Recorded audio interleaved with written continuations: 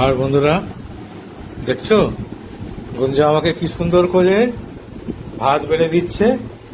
দেখো কি সুন্দর করে গুঞ্জা আমাকে ভাত বেড়ে দিচ্ছে। আর এই জন্যই বলি, প্রত্যেকটা বাড়িতে একটা করে মেয়ে, আর প্রত্যেকটা বাবার একটা করে অন্তত মেয়ে সন্তান থাকা দরকার। যেটা আমার আছে, আর সেটা আমি উপলব্ধ করি। প্রত্যেকটা বাবার একটা করে মেয়ে দরকার, যেটা আমি উপলব্ধ করি। এবং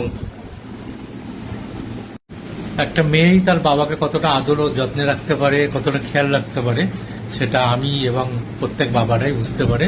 সেটা তার প্রমাণ। দেখতে পাচ্ছ তোমরা কত সুন্দর করে খাবার বেঁধে দিচ্ছে। যাই হোক, ভিডিওটা কেমন লাগলো অবশ্যই কমেন্ট ও শেয়ার করে জানিও।